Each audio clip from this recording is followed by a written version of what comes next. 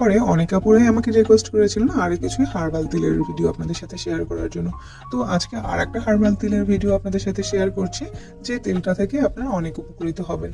এই তেলটা ব্যবহার করার ফলে যেমন চুল পড়া কমে যাবে, নতুন চুল গজাতে সাহায্য করবে।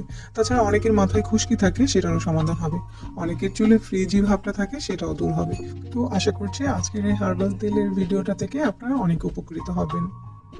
এই হার্বাল তেলটা তৈরি করার জন্য এখানে আমি কিছু ভিঙ্গিরাজ পাতা নিয়েছি, বা এটাকে কেশরাজ পাতাও বলে থাকে। তো এই পাতাগুলোতে এরকম সাদা সাদা কিছু ছোট ছোট ফুল হয়ে থাকে। এই পাতাটা পুরোটাই নিতে হবে, মানে গাছ সহকারে নিতে হবে, কারণ এর প্রতিটা অংশেই কিন্তু আমাদের চুলের জন্য অনেক উপকারী। এগুলো কিন্তু চুলকে কালো করতে সাহায্য করে, সবচেয়ে বড় কথা এটা নতুন চুল গজাতে অনেক সাহায্য করে। এক মুঠ নিয়েছি নিম পাতা। নিম পাতা কিন্তু আমাদের মাথার ত্বকের বিভিন্ন সমস্যার সমাধান করে, যেমন খুশকি দূর করে, চুলকানি দূর করে, এবং বিভিন্ন ধরনের ফুসকুড়ি থাকলে সেটারও সমাধান দেয়। এক মুঠ নিয়েছি মেহেদি পাতা। 1/4 কাপ নিয়েছি অ্যালোভেরা। অ্যালোভেরা কিন্তু আমাদের চুলকে সিল্কি করে, লম্বা করতে সাহায্য করে। 3 টেবিল চামচ নিয়েছি আমলকি। আমলকি যে আমাদের চুলের জন্য কতটা উপকারী সেটা নিশ্চয়ই বলে বোঝাতে হবে না। 1 কাপ নিয়েছি পেঁয়াজ। পেঁয়াজ কিন্তু আমাদের নতুন চুল গজাতে অনেক হেল্প করে। আর 3 টেবিল চামচ নিয়েছি মেথি। মেথি কিন্তু আমাদের চুলকে লম্বা করে আর সিল্কি করতে, তারপর ফ্রিজিনেস ভাব দূর করতে এবং শাইনিং করতে অনেক হেল্প করে। 2 টেবিল চামচ নিয়েছি কালো জিরা। কালো জিরা কিন্তু আমাদের চুলের জন্য অনেক উপকারী। আমরা কিন্তু অনেক সময় নাইজেলা তেলটা ব্যবহার করি চুলের বিভিন্ন সমস্যা সমাধানের জন্য, সেটা কিন্তু এই কালো জিরা দিয়ে তৈরি। আর একটা নিয়েছি জবা ফুল। জবা ফুলটা কিন্তু আমাদের চুলকে সিল্কি করে, ফ্রিজিনেস ভাব দূর করে এবং রাফনেস দূর করে। তো আপনাদের কাছে যদি জবা ফুলটা বেশি থাকে তাহলে 1 মুঠের মতো ব্যবহার করতে পারেন। আমার কাছে একটা ছিল, তাই একটাই ব্যবহার করেছি। একটা তেজপাতা নিয়েছি। তেজপাতাও কিন্তু আমাদের চুলের জন্য অনেক উপকারী। এখন একটা পরিষ্কার দেখে পাতিলে এই সব কিছু আমি একত্রে মিশিয়ে নিচ্ছি।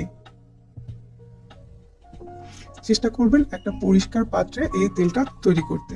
এর সাথে আরো কিছুটা মেথি আমি দিয়ে দিয়েছি। এখন দিয়ে দিচ্ছি 3 টেবিল চামচের মতো অলিভ অয়েল। অলিভ অয়েলটা না থাকলে শুধু নারকেল তেলটা দিয়েও এটা করা যাবে। আর এখন 250 ml এর মতো আমি এক্সট্রা ভার্জিন কোকোনাট অয়েল নিয়ে নিয়েছি। এটা যদি না থাকে তাহলে যে কোনো ব্র্যান্ডের নারকেল তেলটাই আপনারা ব্যবহার করতে পারেন। আর এই এক্সট্রা ভার্জিন কোকোনাট অয়েলটা বাসায় কিভাবে তৈরি করা যায় তার একটা ভিডিও কিন্তু অলরেডি আমার চ্যানেলে আছে, চাইলে দেখে নিতে পারেন। এখন এই হাঁড়িটাকে আমি চুলায় বসিয়ে দিয়েছি। হাঁড়িটাকে চুলায় বসানোর পরে চুলার আঁচটা কিন্তু মিডিয়ামে রেখে এই তেলটা তৈরি করে নিতে হবে, আর অনবরত নেড়ে চেড়ে দিতে হবে।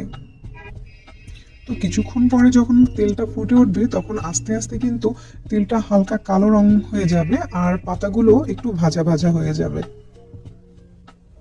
তো কিছুক্ষণ পরে কিন্তু সব পাতাগুলোই প্রায় ভাজা ভাজা হয়ে গিয়েছে। আর যখন ভাজা ভাজা হয়ে যাবে তখন সবকিছু উপরের দিকে ভেসে উঠবে। এটা দেখে নিশ্চয়ই বুঝতে পারছেন। আর তেলটার কালারটাও কিন্তু চেঞ্জ হয়ে যাচ্ছে। যখন তেলটা পুরোপুরি হয়ে যাবে তখন উপরে যে ফেনাগুলো উঠছিল এতক্ষণ, ওটা কিন্তু ওঠা বন্ধ হয়ে যাবে। এবার তেলটাকে আমি চুলা থেকে নামিয়ে ঠান্ডা করে তারপর ছেঁকে নিচ্ছি। তো তেলটা ছেঁকে নেওয়ার পরে এরকম কালার হয়েছে। তো আশা করছি আমার এই ভিডিওটা থেকে আপনারা অনেক উপকৃত হবেন, কারণ এটা চুলে দেওয়ার পরে চুল পড়া আপনার বন্ধ হয়ে যাবে। তেলটা থেকে পুরোপুরি উপকার পেতে তেলটাকে কিন্তু সপ্তাহে 3 দিন লাগাতে হবে, আর সেটা চুলের গোড়া থেকে শুরু করে আগা পর্যন্ত পুরোপুরি লাগাতে হবে। একদিন পরে একদিন শ্যাম্পু করে ফেলতে হবে। তো আশা করছি আমার আজকের এই তেলের ভিডিওটা থেকে অনেক উপকৃত হবেন। আর এই তেলটা কিন্তু প্রায় 6 থেকে 7 মাসের মতো সংরক্ষণ করা যাবে।